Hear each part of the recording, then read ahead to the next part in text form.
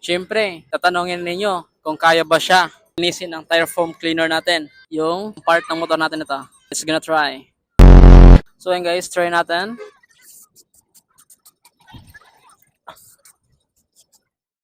And then, hayaan lang natin siyang ibabad hanggang sa magsilaglagan yung mga dumi sa motor natin.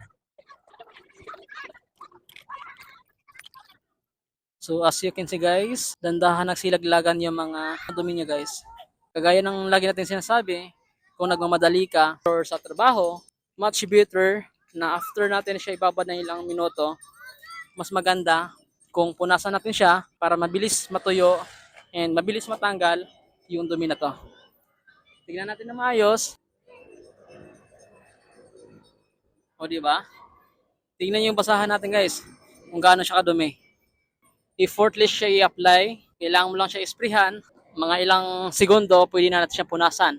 Kung nagmamadali ka, papasok para sa trabaho mo. If hindi naman, pwede mo siyang hayaan lang kung saan na yan matatanggal and matutuyo.